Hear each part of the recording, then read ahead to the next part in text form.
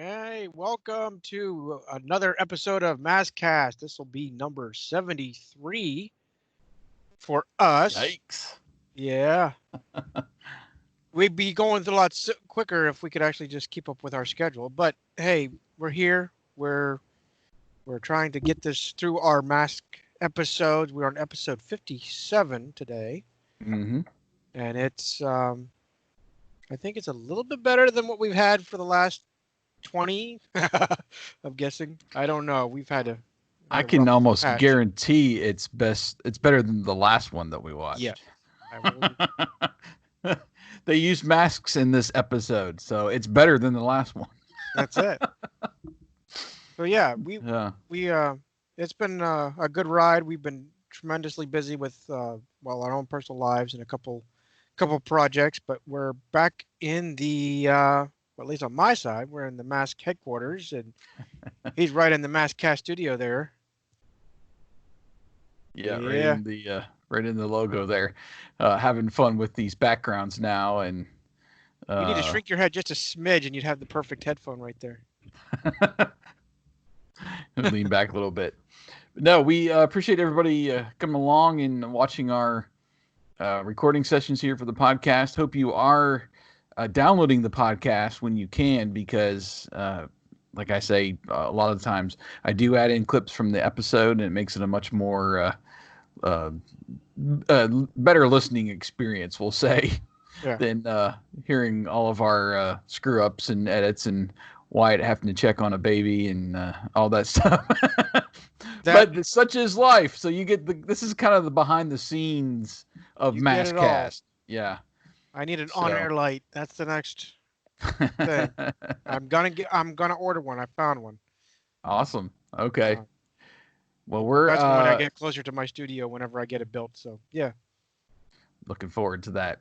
But like Wyatt said, yeah, we're trying to be a little more committed to at least getting a podcast in the bank every week. And whether it be Masscast, whether it be over on Rediscover the 80s, will be your choice. So make sure you subscribe to both. that's right. uh, Agents of Mask and Rediscover the 80s here on YouTube and on the podcast. So yeah, we are getting closer to finishing off this season of shows. These 10 from 51 to 60. So after tonight, we'll have just 3 left, and we'll do our little overview and see where we go from there. But hopefully within the next say couple months, we'll have those in the bag, and we'll be on to our next stretch of episodes here. So if you're ready, are you ready to get your mask on there? I'm ready to start the Masscast. All right, we are going to start the podcast recording, and hopefully I wrote down everything I needed to write down. I think I did. Okay, here we go. Welcome back, agents, to Masscast and episode 73 with yet another review of the Mobile Armored Strike Command animated series from 1985. Coming up, we will be reviewing episode 57, Incident in Istanbul. Say that about 5 times fast. Which will include our play-by-play commentary mixed in with audio clips from the actual episode, as we always do. When we reach the dramatic halfway point and the conclusion of the episode, we'll pause to give our impressions and our verdict using our 1 to 5 scale Mask-O-Meter rating. Then we will turn it over to you, the listener, and announce the results of our online rating poll, and also read back your reviews posted at agentsofmask.com. If you want to contribute to these podcasts, it's pretty easy.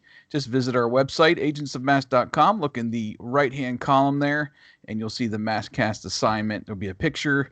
Just click on that picture. It'll take you right to the review post where you can watch the video, vote in the poll, leave your comment, and you're good to go. Incident in Instant. I knew I was going to do it.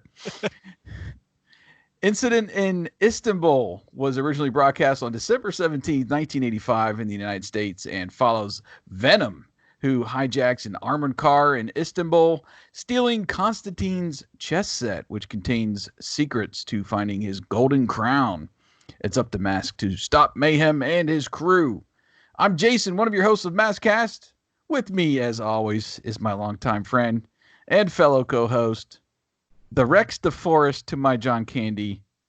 Wyatt, when's the last time you've been camping? Way too long. And most recently, we did go camping virtually with Camp Candy, and I will leave the suspense on that show. We call that Rediscovered. Mm-hmm. Was an episode, we'll call it that. You're kind of giving away already, but yeah, we do the show on the Rediscover the 80s podcast called Rediscovered. Imagine that. And we're going back and trying to get through several cartoon shows and TV shows and movies from the 80s that just plain missed us, or not faint memories, we'll say, of watching those as kids. And Camp Candy was one of those that I had faintly remember watching. Debuted in 1989, ran for 3 seasons up through 1992. 2 of those seasons were on Saturday mornings, and then the last one was in syndication. We pretty much broke down that show. We actually, I tweeted John Candy's daughter, and she responded. And as far as some of the development of the show and getting her take on that, which was pretty cool, and just broke it down, went through the episodes, and it was like you said, it was a show that we reviewed. That's it. No, it was, John Candy was well beloved back in the 80s. So obviously he's the most prominent character in there. Right. And you can still get some of, what he was in the movies in that cartoon show, but some of it did not quite translate to the screen. That's about the best way that Jason can put it. But like Jason said, we have a few entities we're plugging. It seems Rediscovered, and like you said, the episodes are all about stuff that's just past us altogether, or like Jason said, it's faint memories. We tried to actually hit on the obscure, where they only ran 1 season or maybe only 10 or 13 episodes, and that's a cartoon or a TV show. We also do movies where we're just going, what was this in the 80s and how we missed this? So that's all the show is about. Again, we basically do a thumbs up, thumbs down rating, keep it in the 80s or go back and rediscover it. And we'll leave the suspense for Camp Candy for you, the listener. But I mean, it's a fun episode. It was just decent to go through, but like Jason said, we love John Candy as the actor, the comedy that he brought to us. But hey, he lived on in cartoon world too. Yeah, a lot of people miss that. A lot of people forget that. Maybe not remember that he did have his own show there. So, and we're all about in this part of the Masscast going back and trying to find some of these old cartoons, and wasn't a lot of really famous voice actors and that behind Camp Candy. Obviously, John was the main voice, and a few there that people would probably recognize if you're in tune with the voice acting world, but not any of the big hitters, we'll say, in a major role. Some of them were more just lent voices, and even John Candy's on-screen partner Eugene Levy had some voice contributions in there, and even John's kids Jennifer and Chris both contributed voices to the show. So it was really a family and friend affair as they were developing that show. So go check that out on Rediscovered when you get a chance. But let's go ahead and move along with the show and get our mask on. And of course, that's not intended to be involved with COVID-19. But if you want to get your mask on while you're listening to this, go for it. I thought about the other day. I was like, "Get your mask on." Well, we're not requiring. I just saw Mimi today that had what was it? Me after the year 2020, and it was Spaceballs. The what's his name? Yes. I can't remember the Darth Vader wannabe that was played.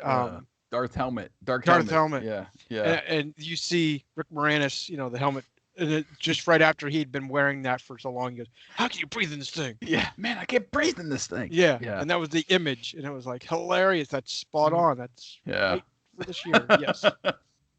Well, I had only one note in Get Your Mask On for this episode, and that was basically an update on where we left off last episode in the worst mask episode ever. Is it Stone Trees or is it Panda Power? You know, for the longest time, Panda Power has been my lowest of the low. The only one that ever got, I think, a 1 rating. And last episode, Stone Trees also received a 1 rating. The second time I've ever done that. And I had to go back and just to make sure which one is the lowest of the low. So I went back and watched Panda Power, regrettably. Just a few notes here that I wrote down. The jokes in that episode were all puns and horrible. Lifter was used twice in the episode. The logistics from China to Easter Island were a bit weird. I think it was kind of quick to get there. The animation was not great, but more vehicles were featured in Panda Power than in Stone Trees. So I'm putting Stone Trees a tick lower than Panda Power. It is my lowest of the low. So we've got that air cleared now. We can move on and try to find better episodes. Pretty much, to this point, and we say this every time, and we're not trying to really throw Mask in the gutter because that's our favorite show, and we want people to go back and rediscover it. But I'm just going to steer them away from those 2 episodes and find some better ones. And we might have to do a what's the best of the best list when this is all over, Wyatt. Yeah. And all right, here are the 10 episodes you need to go watch right now if you haven't watched Mask in a while. But this journey of watching all the Mask episodes is kind of a discovery, a rediscovery of sorts, but mainly now is a discovery because these episodes I don't remember ever hitting. I don't ever remember watching the racing series that we'll get to soon. So, it's all going to be kind of fresh and new to us with adult eyes. So Right. Sometimes that's good. Sometimes that's not so good. But here we are, and we've got this rating system just to kind of weed out which ones we think are the best and which ones are not so good. I can attest to a lot of this is rediscovered because I don't remember most of these episodes. I vaguely remember Deathstone and I think one other one, but the newer, I call these newer ones. I'll call it with you get Scorpion or Stinger, whichever one you will call it. Calhoun Burns in this one. Yeah, Calhoun Burns. These were all just the volcano event. That's all new. I remember seeing it in the store, but I don't remember seeing it on the show. So that tells you either I missed this quote unquote season of Mask or I completely just went brain dead. I don't know. Yeah. So yeah, some of these agents only appeared in a handful of episodes, so it's real easy to miss once we're getting to this point towards the end of season 1 that you might miss some of the agents because they're only in there for a few, and it's not like a ongoing story for most of these. It's just whatever agents are going to be in this episode. Okay, that's it. Don't have any 2-parters or don't have any really continuation from episode to episode. So, it's understandable. So, we're getting up here, and we are now over in Turkey, Istanbul, for this episode. You ready to get things going? I'm ready to start the Maskcast. I got to figure out when I started that. If it was the first episode, I've been thinking about that lately. I don't know. It's been a while since I've gone back to listen to the first few, and I'm little sidebar. It's probably going to be unlistenable to me now. As much editing and everything I was doing now versus back then when we were fitting 40 minutes because we were on the what was that other app? Pamela. Buzzsprout. Oh yeah. Pamela was the recorder. Yeah, we had like 15-minute recording sessions, but Buzzsprout compressed. Their free version was just like 40 minutes every month or something. Right. And we had to kind of fit it in there. So it's not like now where we can just go on forever and ever. But Anyway. I was just thinking this actually tonight. I'm like, when did I start doing this alternate voice for Mousecast? Was it the first one, or was it like third one Yeah, in? I don't know. I think our formula developed along the way. I don't think anything was set in stone when we first Right. started. But nonetheless, we are going to start the Mousecast again. Okay.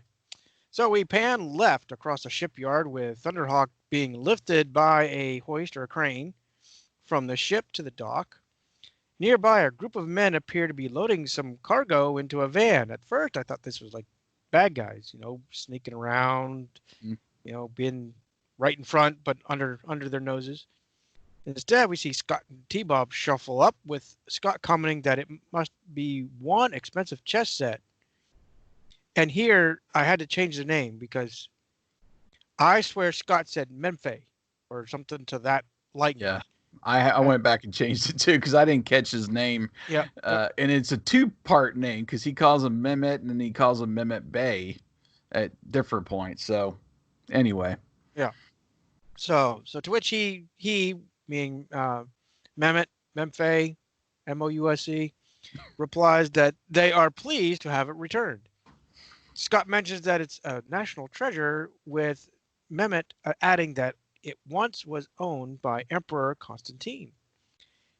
Of course, T-Bob comments that the Emperor would be glad to get it back. Scott clarifies that he's been dead for 1,500 years. Of course, now T-Bob has to quip that he'd have something to get off his chest. Boom, boom, boom. Roll your eyes. Mm-hmm. Just then, we see Thunderhawk pull up, with Matt commenting that they're ready to go with Mehmet Bey. And there's the cleared up name. Yeah, right. Who locks this padlock. It's a funky padlock at that. Matt states that he'd be happier when it reaches the museum, with Mehmet Bey replying that it would be a shame, with all the effort that Matt's put in, to get it from the Italians back to Istanbul. Mehmet Bey gets into the van and advises the driver not to deviate from the route, as Matt will be following them. And their journey takes them to something we see here all the time, at least in the DC and Baltimore area, a traffic jam. Yeah, I was like, don't jinx the whole, episode here, buddy. About, I hope nothing happens to this thing. Well, of course, something's going to happen to it. That's just the nature of these things. But yes, we find ourselves in a traffic jam. There's a nice shot overhead of the city here before they get into there. So I did want to note that in there as we are getting down here to the city streets. But they get stuck in traffic. Matt leans over to Scott to tell him that they're on the Got-Lotta Bridge. And T-Bob is quick to say that they sure got a lot of bridge there, playing off that name. Yeah. Got-Lotta Bridge there. Matt says it's the only way across the channel, and it's always crowded, so he better watch that armored car. A man pulling a cart gets in between the back of the armored car and the front of Thunderhawk, and it kind of slows Thunderhawk back for a second as the traffic advances forward. And as we look back, we see it is Dagger in disguise. So we get a little glimpse that Venom is already on the scene and up to no good. Suddenly, the bridge rises with Matt saying that it's only supposed to happen at night when there's no traffic. So now he and the armored car are separated from this raised bridge. And Matt even comments that a boat isn't even passing by, so there's no reason for this open bridge. Scott asks, why would they do that? And Matt says, the bigger question here is, where is the armored car now? Mm-hmm. So Thunderhawk is now parked on the bridge with Matt talking to one of the locals. I guess he just, I can't remember if they were in traffic at the time still or something, but he just threw it in park and trying to figure out what's going on.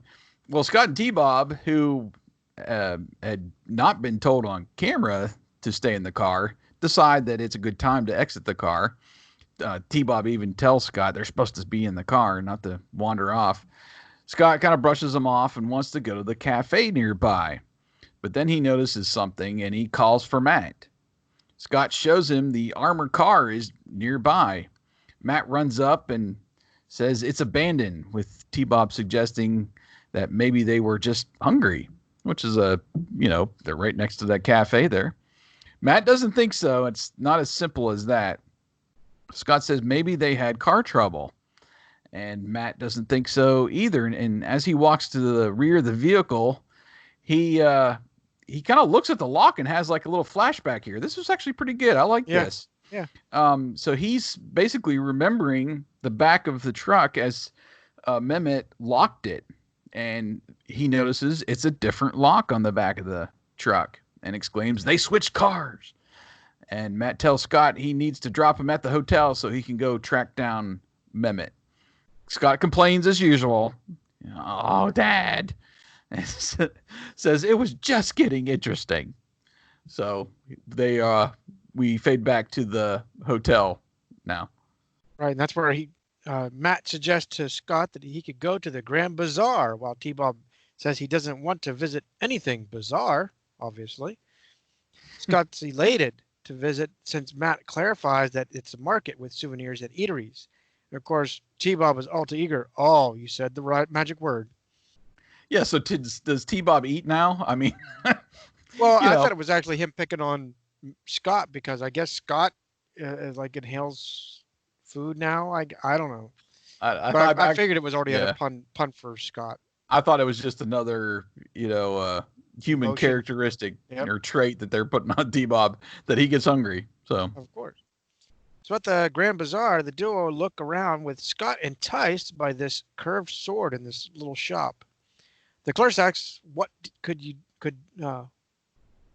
clerk asks what he could do for them, with T-Bob stating they're looking for a souvenir.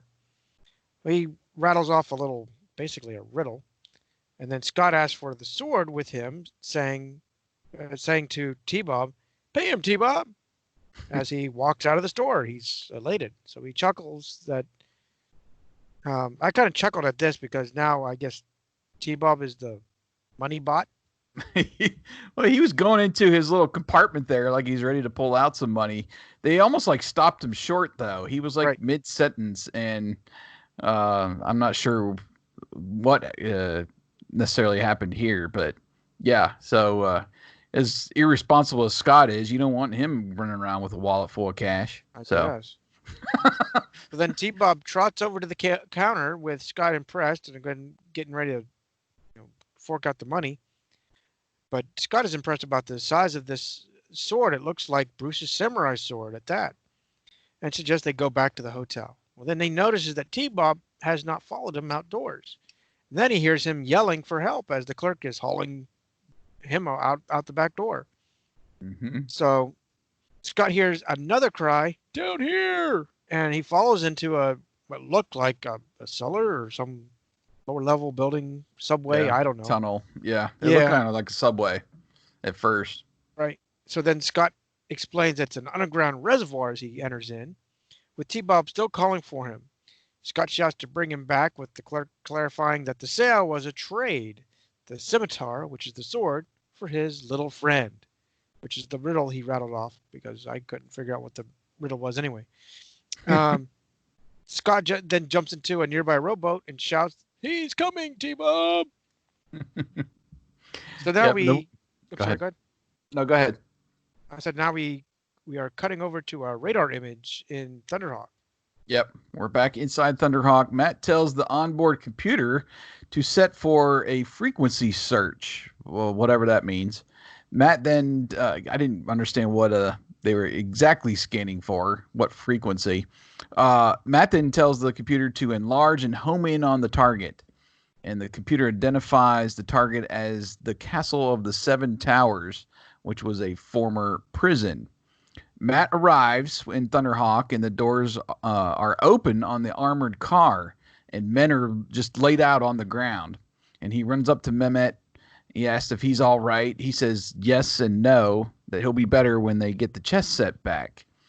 He asks Matt how he found them, and Matt simply says he asked around. So I took this as kind of more of a undercover operation for Mask, and Matt in particular, that this Mehmet didn't know that anything about Mask and Matt's secret identity.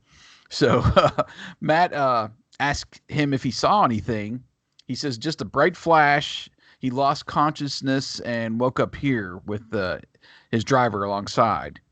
He's irritated they lost the chess set, but Matt assures him it won't be for long and tells him to file a police report and meet him back at the Tucapi Museum.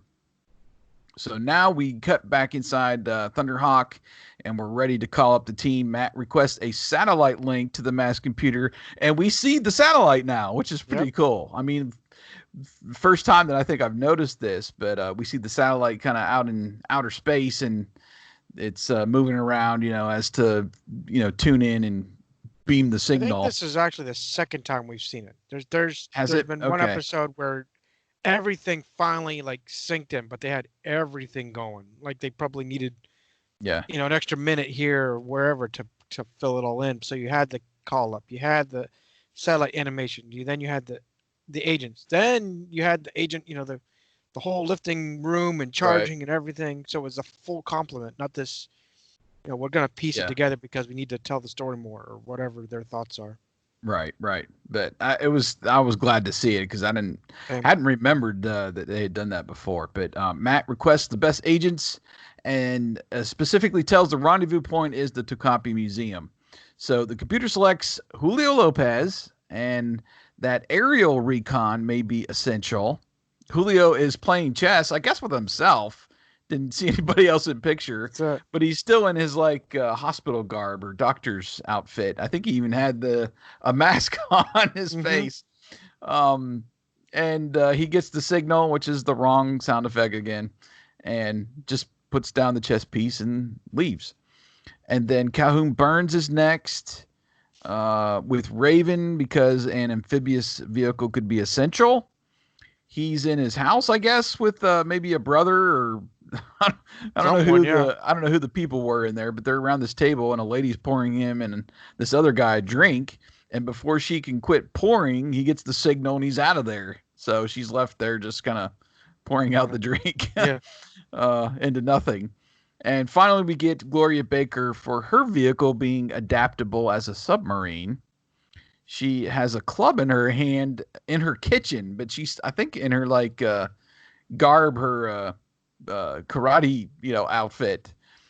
She gets the call. She puts the club down, which it appears she was going to practice some of her skills on a piece of meat. Just gonna kind of tenderize it. That's what I thought. It was just a tenderizer, but a funky shape. Well, it looked huge. It looked like a huge mace.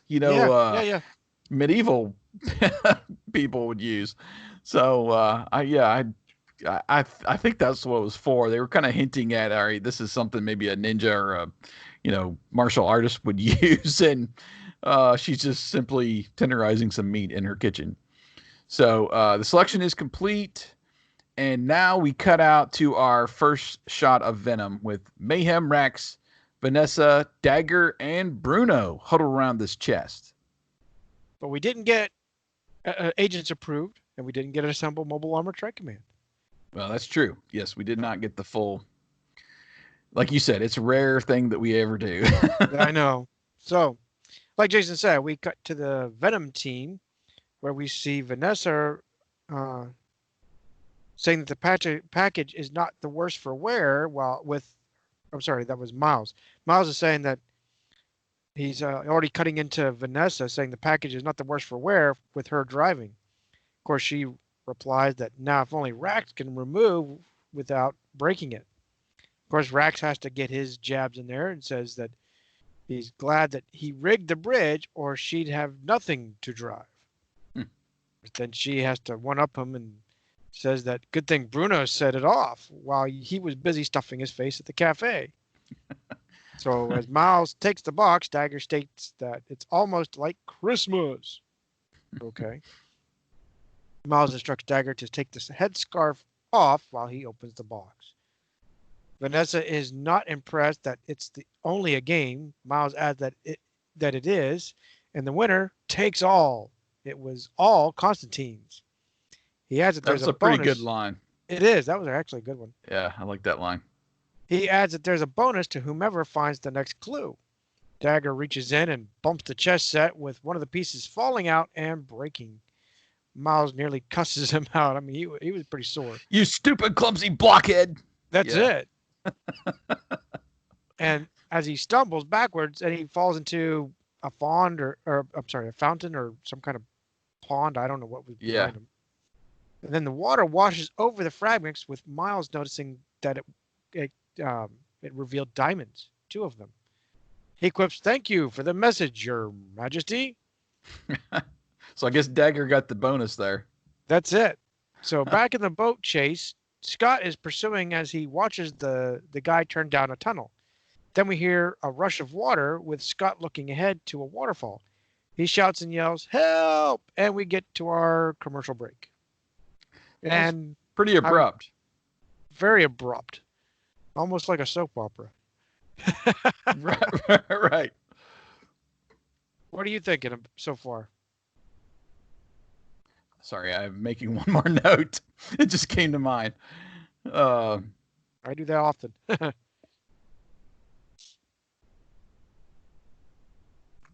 Okay, that was for the end. All right, so here we are at halftime.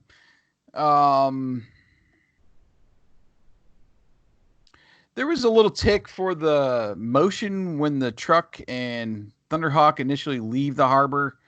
It needed another shot of them moving or something because the wheels were just stationary, and it just I don't know. It didn't look right. The motion didn't look right when they initially left the harbor there, but that was more of a little tick. There's another little tick for, hey, you're letting a kid buy a sword and wave it around this marketplace, Right. It seems odd with all the safety PSAs that we get each episode that they would have let this in, that Scott could just simply go buy a sword, and he's like running out of the shop with it and kind of waving it around, and I'm like, wow, careful with that thing, dude. You're going to take somebody's head off. Mm-hmm. So that just kind of, I was like, I couldn't believe that they were actually kind of going with that. But there's still some good mystery to be unveiled at halftime. Why was T-Bob taken? Will that have anything to do with the story, or is it just a time filler? I mean, that was another thought in my head. What exactly is the big treasure, and how will Mask find Venom and all of this? And I was kind of wondering, even if Mehmet was in on it, an inside job here. So those were just kind of some of the questions that I was pondering at halftime. I mean, it was good. I mean, it was kind of leading you down the path, and you're getting to the point where, okay, we need to get some of these questions answered. Right. Like I mentioned, I liked Matt's recollection of the lock. I mean, it was just very well done with the animation, and there were some great panoramic shots of the city. The truck heist itself, the swapping of the truck and stuff, that's, I guess, more of a movie trope where there's a lot of movies out there that have done that. But I don't know, it seemed to work in the episode so far. And the other note that I had was simply just showing that the satellite link was good. I liked seeing that. So I just went down a half point on this, man. I'm at 4.5 on my Maskometer so far. A little bit of Scott and T-Bob, in there. The jokes were total crap, but for the most part, I was bought into the story, so I wasn't noticing those or just kind of letting those slide on by as I'm watching the episode. So 4.5. Where are you at? Well, I'm actually at I'd say a solid 4 right now. Mm-hmm. It was a pretty good plot for me. The chess set being of at least more of a high value because of its age and who it was meant for, versus just a 1,500-year-old chess set for off the store.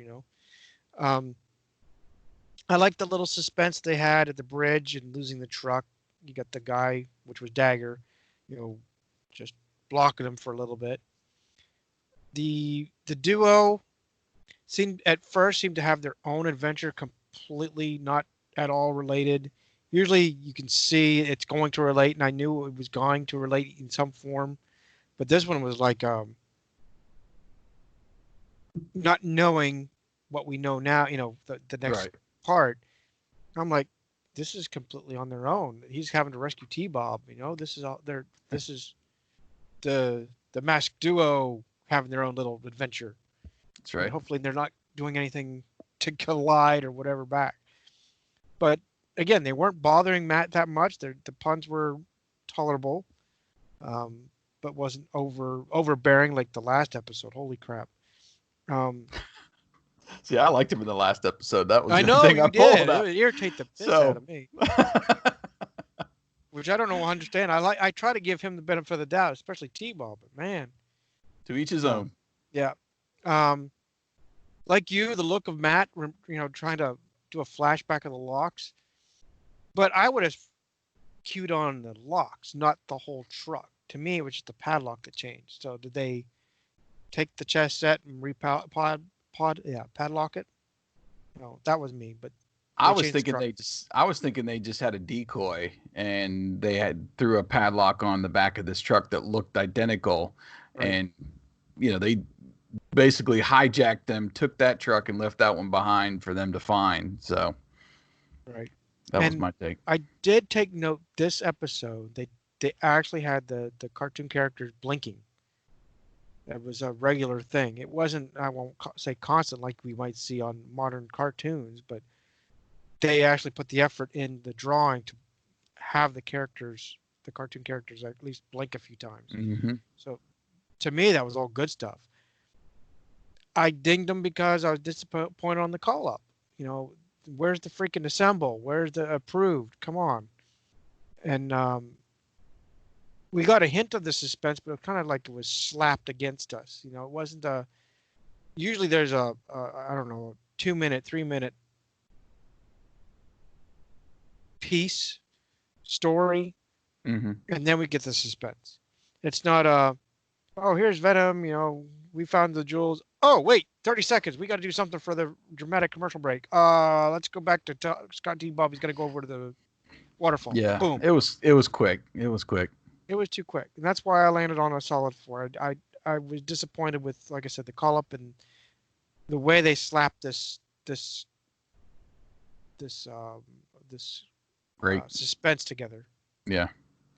Yeah, it was very quick at the end there because I was watching the time, and I think Venom came in around 9 minutes, and like we said, I don't try to make it too much of a formula where they bring Venom in. Sometimes it's best. I mean, they essentially teased them in the first half, and they were full on in the second half. And sometimes we don't get Venom until the second half of the episode, which I don't know. I like to have a little bit of them in the first part.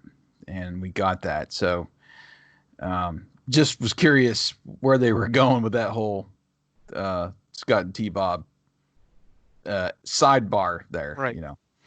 So anyway, yes. Okay, so we're back from halftime, back inside the tunnel there. Scott is still heading for the waterfall without a paddle to steer him into the other tunnel where the shop owner is taking T-Bob. And so he's getting to that point in the tunnel where it's obvious he can't get to the right, and he calls out to T-Bob to use the sword and help him. So what Scott does was sling the sword down the other tunnel, and it was just a perfect throw that T-Bob uses his go-go gadget arm to reach up and catch it, cut his restraints, and then he just dives into the water and converts into jet ski mode. Now, have we seen jet ski mode before? We've seen thought it we had once, maybe a but couple it actually times. we've seen it once before, but we actually had 2 skis versus this one, almost like a surfboard, bodyboard, or whatever it is for him. Yeah, it seemed a little different. I thought we had seen this mode before for T-Bob, but I couldn't remember exactly. So T-Bob then motors towards Scott. At the last second, he grabs Scott from the boat with his arms and kind of plops him down back on himself and jets away up the against the current there. T-Bob, he says he feels... I couldn't understand what he said. It sounded like e-ticket. Yeah. Which must have been like a predecessor to the Fast Pass. Something. E-ticket ride at Disney World is what he said. So I'm not sure exactly what that reference was. But anyway, about this time, we fade to the masked transport plane flying overhead. Nice to see that. And we got a couple angles with that. I did like it as the camera kind of zoomed by it, and we get to hear the engines and everything. It was pretty cool. And then we fade right to the museum, so we don't know where they ended up landing the That's it. transport plane in Istanbul. But nonetheless, the MASH team is huddled around a slide projector now in this dark room. Looks like a library, maybe, or something. What it looked like to me. And Matt is kind of explaining to the other team about this chess set. He says no one has ever figured out the key to the chess pieces and even what the treasure is. And at this point, sounded like there's a little audio glitch. Did you hear that? I heard a small glitch, but I thought I took it as a YouTubeism, not a. It could have been. It almost sounded like a back in the day when you actually used tape, like reel-to-reel tape, like somebody slowed it down for a second. Yep, I heard kept it. on going. But anyway, Calhoun says you could bet the thief hasn't pawned the chess set. Gloria, she kind of looks discouraged here, and Julio says the chess set has little value other than historical. Well, and this was kind of what you were getting at. Matt interjects that it's a piece of history, which makes it priceless. Gloria says somebody has rooked somebody out of something. I didn't particularly care for that line. Rolling my eyes. That was a T-Bob line there. Yeah. Matt says they need more information. So about this time, then the power goes out. And let's see here. I'll turn it over to you here in a second. The power goes out, and Matt says, "What's going on? What's going on?" And we cut to the roof here, and we see Dagger. Right. Well, I'm going to take it back a tick when we're looking at Gloria with her little expression. To me, that was her roll her eyes moment at Calhoun and his joke, saying that someone did, pawn the chess set. That's what I took it as. I got you. So they're all like rolling their eyes at their own jokes. Yeah, pretty much. So they've been hanging around T-Bob way too long. No kidding. So anyway, we are outside, like Jason said. We see Dagger with his mask and using torch to cut a hole in the roof.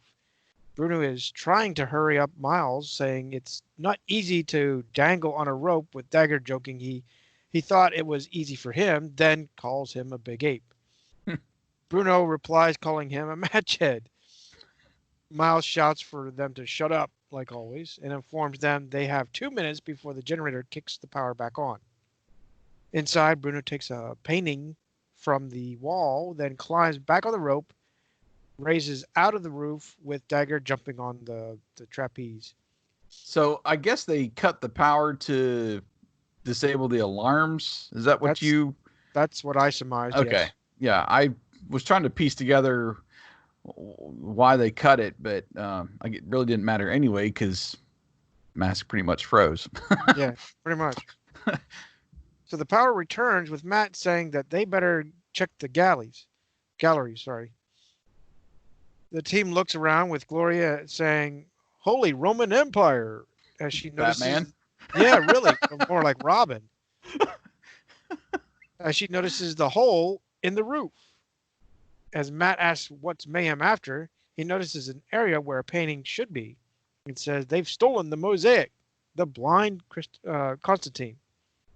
And then let me stop you for a second, because Matt comes in here and just assumes it's mayhem, or at least calls out mayhem. And I kind of had I mean, yes, it's usually mayhem in these episodes. It's always mayhem in these episodes, really. But just him saying that and assuming that they had not seen Venom or anybody up to this point, that it's mayhem. I don't know. Do they not ever fight anybody else? Well, maybe? Remember, Matt is 99% know-it-all. He knows everything. He's only been stumped once that we've seen so far. Right, yeah. Anyway, that was just my thought at that point. So now we switch back to Venom. Yeah. Well, you can keep going if you want to. Okay. So we switch back to Venom. Bruno insists to Miles that he didn't drop it.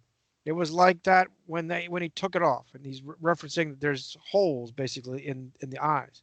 Mm-hmm. Dagger states that they're not any piece of tile in his eyes now. Miles says to try fitting them with these, and he hands out the diamonds. Dagger places the diamonds into the painting's eyes. They begin to shine, kind of like a projector, but they just project a light. and what seems like about 15 seconds, it finally fades or reveals a map. And it shows a like a with Miles having a hearty chuckle, who says Mhm. he now knows where the crown of Constantine is. So now we need to know what's the value behind this chess set. Well, and I didn't even know how he deduced it was a crown. I mean, there was no No, they there's no didn't, lead, no nothing, no didn't give nothing. us any background on Right. why he Usually now Miles has knows some it's a kind of chuckle crown. or Yeah. that devilish. Uh, We're gonna get to that crown one way or another, and he's already said that 15 minutes ago. Maybe it was on the map. I didn't really take a good look at the map. Maybe there was like a symbol for our crown or something that he saw on there. Maybe that's what Maybe tipped I him didn't off. see it But either. I I just didn't. saw the map and a little Yeah, dot. I That's all I saw. didn't notice. So now we are back to our dynamic duo. Yep, they are in the tunnel, and they see some stairs that Scott thinks will lead them perhaps to a way out. So they jump off. He jumps off T Bob, and they run up the stairs. And T Bob says, with their luck, they'll end up in the shop owner's backyard. Scott says they won't, and T Bob reiterates that he hopes not, or he might end up as a brass spittoon. And that was, the shop owner had all the, I think he tells him all the stuff he had in the shop and it was all made out of metal. So Right. I thought that was probably the best joke out of the whole show. The stairs lead to a dead end. And Scott says he's too tired now to go back. Oh, poor Scott having to ride on T Bob. And T Bob says he's too tired to think. So they kind of sit down and they activate this secret passage in the wall, just randomly, of course. And they disappear behind the wall. Sorry, I have So a Three Stooges moment that just went through. You take that wall. Where to? um, back at Thunderhawk now, with the agents kind of peering inside from the passenger window, Matt asks the computer to analyze the blind mosaic Constantine painting or picture, whatever, mosaic. Um, the computer spits out data on how many tiles it has, and along with the, I guess, people in a church that are depicted in it. And Matt wonders which church, obviously, and asks the computer to identify. Computer needs more data. It spits out the year and some other information, and another painting or mosaic at a church, I guess, with the same style that it found in its data bank. And it's I guess similar to the one that they're looking for. So that's how they head out to the church location, was this other mosaic that was supposedly there. Is that what you kind of got from that? Because I was what? Okay, I had to go back and listen. And I did that, but how I wrote my little script, if you will, uh is huh. there was a back and forth to determine the location and the specific church with Matt and the computer. That's what I left it at. Okay, Because yeah, then that's when they got to the Placia Sophia Basilica. But yeah. it was just back and forth, and I'm like, well, I I know we couldn't. do Yeah, this pretty well play by play, but that was one of those where I was just trying to understand how. Okay, so this is a big secret, and just from the mosaic uh, tile thing picture, they figured out where to go next. I was just trying to figure out how they deduced right. that, but Well, I'm again, not nothing against, like, I'm sure Mask's Boulder Hill computer is like tip top, one of the best ever created. So there might be a lot of information stored in there, and it's just Matt trying to tell it what to look for, I guess, right. to help them along in the process. But Well, it sometimes it isn't. gets a little confusing. Well, it's probably just an Apple IIe, Apple 1986. Just saying. Right. Anyway, so at the church now, Venom's already there, of course. Mayhem says it must be here somewhere. Vanessa asks if he hid it under the dome, he would have had to have worn stilts, referring to Constantine. So the agents look around, and Bruno kind of shrugs at Mayhem, like, I don't know where this thing is. And Mayhem doesn't want to hear that, so he knows it's here, and he runs up these steps. And about this time, I noticed that the place where they were standing in this like courtyard was almost like a chessboard. You had the black and white tiles in there, so I was like, that's got to be a clue or got to be part of it. Right. So as Mayhem goes up these steps, he turns and tells Vanessa to put her woman's intuition to work if she has any. And Rax says, "Femininity? You got to be kidding." And she asks him, holding a fist, if he wants to come over here and say that again, Needle Nose. They're going mad at this episode. Yes. I missed it because I don't remember when the last time they were. It's been a while, but they used to go like brother and sister, just going at it.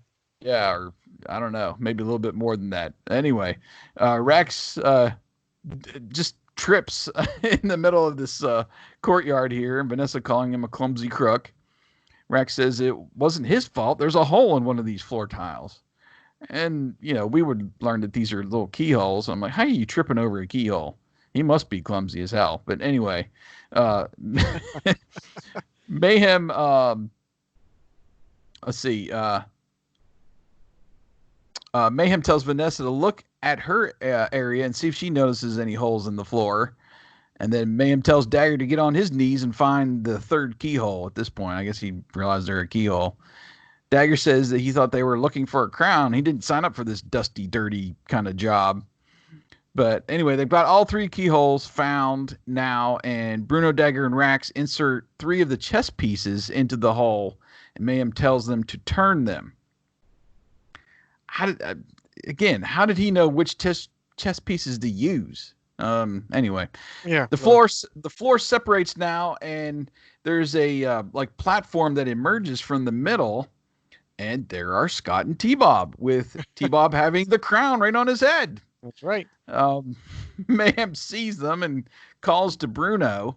Bruno uses Magna Beam to pull T-Bob towards him. It's almost like, I guess, a version of Whip, like a tractor beam or something. Right. But anyway, he pulls him, and T-Bob just pretty much plows right into him, and the crown goes dropping and rolls away, and Bruno and the rest of the Venom agents give chase to this crown.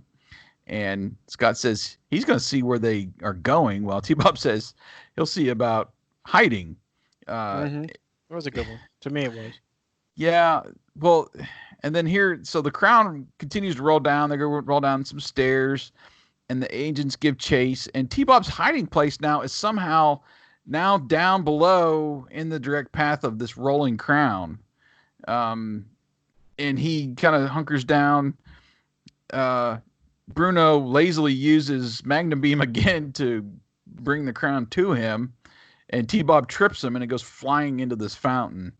And just then we've got now Thunderhawk and Raven pulling up to the fountain. Bruno sees them and takes off in the other direction.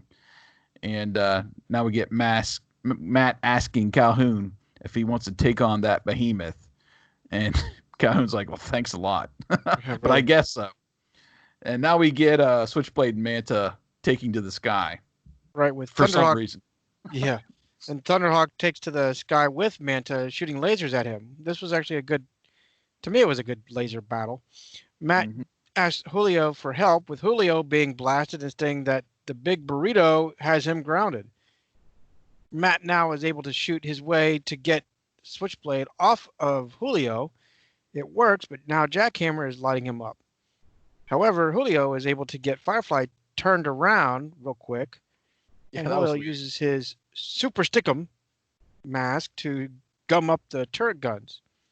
Dagger keeps trying to shoot, and then you hear this bling, is what it sounded like to me. But it ends up knocking Dagger out of Jackhammer completely. Now we have a rogue Jackhammer or Bronco running down the highway. Yeah.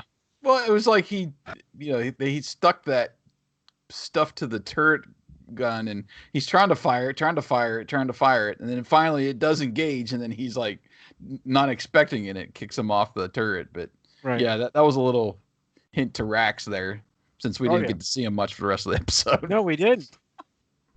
But now Rax does race up and picks up Dagger, who says they should get out of there. Manta is still chasing Thunderhawk, and then Firefly enters in, and Julio uses streamer oil, which covers her windshield, sends her basically falling. The duo reach into the water for the crown, and as they see Manta falling, and crashing into one of the 7 towers.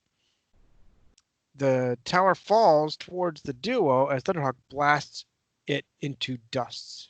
Mm-hmm. At the museum, we have Mehmet Bey, who is grateful and extends his gratefulness from the city of Istanbul. He turns to T-Bob and says, especially to him for returning the Emperor's headdress. T-Bob has to quip that it is his crowning achievement. Mehmet just shakes his head, which should be the whole cast doing that. Instead, Yes. the rest of them are like, "Oh, that's a good one, T-Bob," and it fades away. At least we got somebody shaking their head in disgust. Yeah, really. At T-Bob. And of all people, it's someone that doesn't know him. Right. Okay. So episode ends. We fade up into our PSA. Back at the Tracker Mansion, Scott and T-Bob are inside Thunderhawk. Scott's pretending to drive, and T-Bob is using the passenger seat as a springboard, pretty much. Yeah. Scott says, "Look at me, just like Dad." And T-Bob says he wants to play too, and steps on the handbrake or parking brake, emergency brake, whatever you want to call it, in the middle between the two bucket seats, and causes the car to start drifting backwards. Scott asks, "What's happening?" As the car slams, the backside of the car slams right into the front gate at Tracker Mansion. And a little bit later, we see Matt kind of inspecting the damage to the bumper and scolds Scott that he should never play in a parked car. Well, of course, Scott blames it on T-Bob that he's the one that stepped on the emergency brake, but T-Bob agrees, saying he took a step in the wrong direction. Rolling my eyes. Okay, it's up to you this time to start us out. So you were at a 4, right? Right. Where did you go from here? Well, we'll see. I'm guessing not up. Well, I wasn't happy about the omission, like I said, about the approval and the assemble mask. But I liked that we got a lot more mask interaction. We got a lot more vehicles attacking both with the masks. They actually had their commands, which was a plus from, I don't know when the last time they actually knew what a command was. One command was for the, I don't mean to interrupt you, but the Firefly, the second Firefly command was actually shooting out of the vehicle. So I was like, so now we have a voice command for the vehicle. Yep. Not the mask. So I don't know if that was intentional or not. I don't remember if that's ever happened before. I didn't think it had, but I mean, it's kind of a cool feature, especially when you're in a, where he is kind of, there's no really much of a cockpit or buttons or anything to activate your weapons. So, hey, why not? Let's shoot the Stickum out of the front of the vehicle with a voice command. Yeah, might as well. The duo's journey ended up leading them into finding the crown, which turned into an episode by itself. Mm-hmm. I both liked, I kind of more of a tick, but I both liked how T-Bob ended up tripping Calhoun. At the same time, it seemed out of place for where it looked like he was running to. So I just kept it as a tick, but because I don't think there was really consistency there. Mm-hmm. I liked the way how they used the chess pieces as the keys and the diamonds to locate this crown, this secret location, which happened to look like just a huge chess set anyway. Right. The animation was pretty good. A lot better than it has been. Yeah, T-Bob started to wear on me, especially more about the PSA because it didn't really involve anything anymore. At least there's no correlation with the PSA and the episodes. I actually went up a little bit. Oh, really? I was impressed with the animation. I was impressed with the voice commands. I was impressed with the masks and the use of masks in the vehicles. So I went up to 4.5, which we rounded to a 5. Wow. Okay. How about you? That's surprising to me because I kind of went the other way a little bit. Oh, that figures. So I was actually pretty high with it, 4.5. Just coming off the end battle, it seemed it could have been just orchestrated a little bit better. I always appreciate the vehicle battles, but we had no racks, like we said. Gloria was nowhere to be found, True. and they made this huge deal in the call up about her sub, about Raven being an Oh. aquatic vehicle. Didn't use it. Didn't In use defense, they said they could be used. And then they say they would. It could. it. Then why are they there? Pick somebody else that has a vehicle that can actually be used in battle. Well, I don't Raven know. wasn't even used. That's right. I mean, Raven didn't even transform once. We never saw Shark.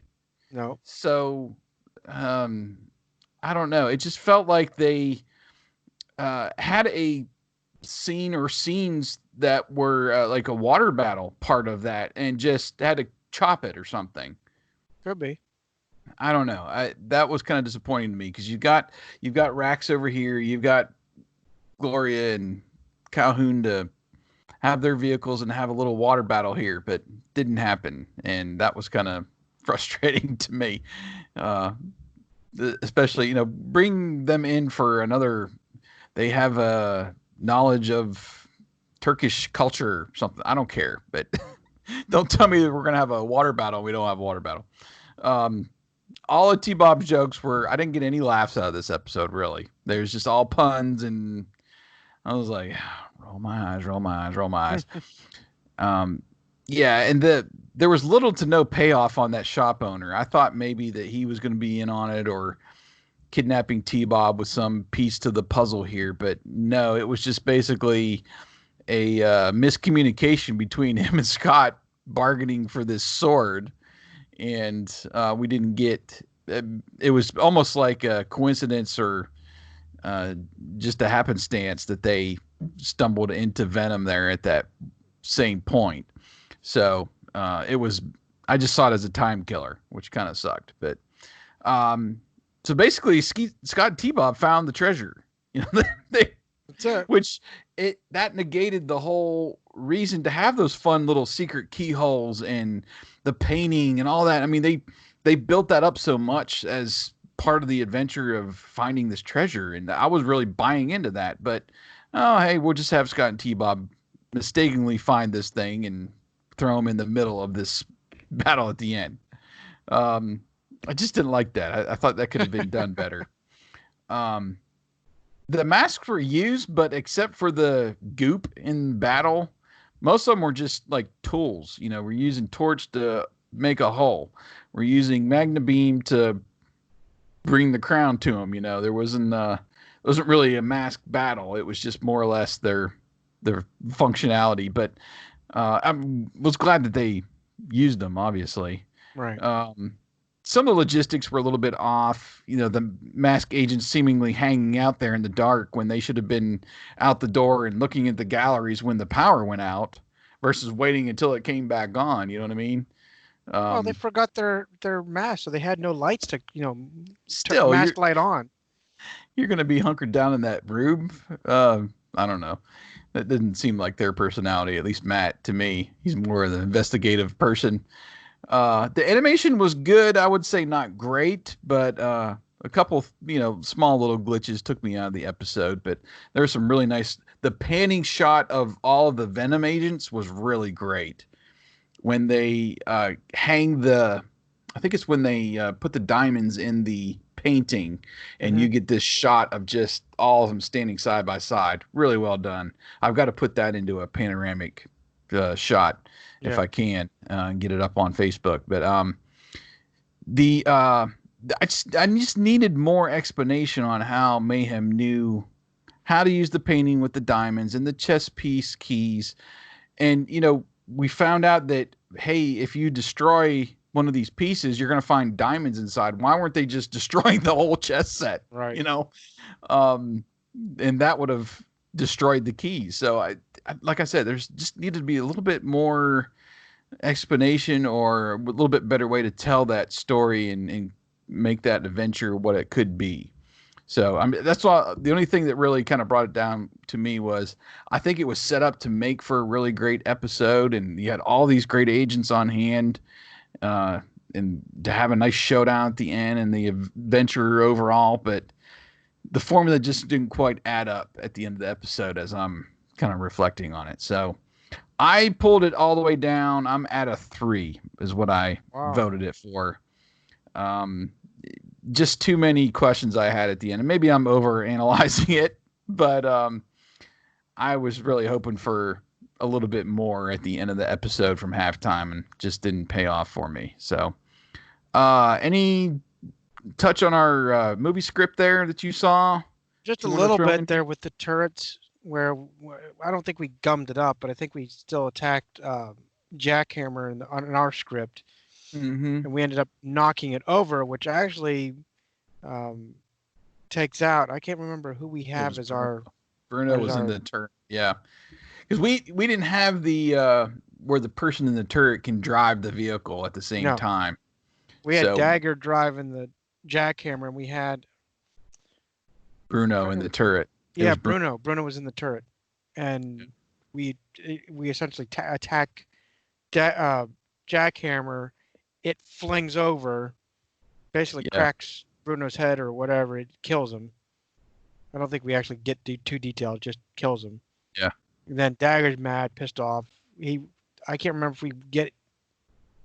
I don't remember if we get Jackhammer righted up and back in action again or not. But I'm trying to remember. Yeah, it's been a while. But yeah. This whole battle we have at Boulder Hill at the end, and that's part of that. Getting Jackhammer in there and Bruno in the turret to take him on and take on. I think Rhino is kind of heading the other direction. So yeah, I can't remember exactly how that whole part of that scene ends up, but we still need to do something with our script. I still need to. Yes. If I ever get the time to, I hear you. Put it into a novel or something. But anyway, yeah, I didn't really pull anything particular out as far as our script goes when I was viewing that. Over to our poll. Yep. Let's see. Looks like we have 6 votes. Yeah, 6. We were kind of in the middle here. 3 were for a 3. We had, as my page decides to refresh, 2 5s and 1 2. Is that right? That's what it looks like to me. Yeah, 2 5s and 1 2, 3 3. So more towards the top half of the poll there, probably somewhere around in the almost 4 range on average. So we did get 3 comments this time, so this is great. Yeah, we got Decker. Okay, I keep thinking of Colonel Decker whenever I see that name. Yeah. So anyway, he says, I liked the mystery treasure hunt concept of this episode, but felt the execution just missed. Although as a kid, I remember being shocked that T-Bob was being bot-napped. It was good to see some of the newer agents in a battle scene, and like Anna said, the Venom banter was pretty awesome. All in all, I think this episode is middle of the road. 2 things that stood out on the rewatching. Julio playing chess with himself during the call-up was pretty interesting, and the agents researching researching in the library for more information, but not doing anything during Venom's raid because they did not have their masks. Or was it because the Venom raid was conducted so quickly? I was just curious on everyone's thoughts on that scene. Well, it was kind of, I guess, spontaneous if you think about it. They're researching, they're engulfed in trying to figure out the mystery of why they would take the mosaic. Well, actually, that was after that. Why they're interested in this chess set. What's unique about it? So I guess, you're not sitting there with your mask ready to go in case someone, cuts the lights, I guess. Yeah. Well, I don't know. I like that they explained that they only had like 2 minutes before the power came back on, and we kind of deduced that was to keep the alarms from going off. So it was a quick raid to get that painting. Again, how did they know, or that picture? How did they know they needed the picture? That was another part of the puzzle that just wasn't how do you get from the chess set to the picture? Didn't really explain that, but yeah, that it just seemed to me just the flow of the episode that they decided to hold out in the library until the power came back on. So that was my take as I'm watching the episode. Let's get to Anna's comment here. I think this is a really good episode. Considering the fact that the episodes only last for about 20 minutes, I do not think it was too easy for Venom to find the crown, but I think they gave up a little too fast at the end. It was surprisingly easy for T-Bob to take down Bruno, and Bruno gave up the moment he saw Mask. I like the scenes where Scott threw his sword at T-Bob for him to help him, and T-Bob surprisingly catches it perfectly. Also, the bickering between Rex and Vanessa is priceless, particularly the part about whether Vanessa has any feminine intuition or not. At last, I must say it surprised me a little when I realized that Mehmet was a good guy. There was something about his eyebrows when he put the key to the lock in his pocket.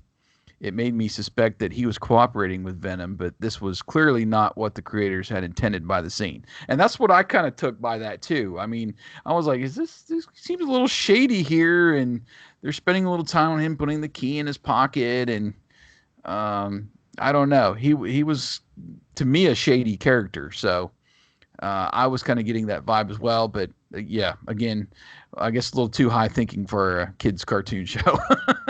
You're gonna have an inside man. But one more here.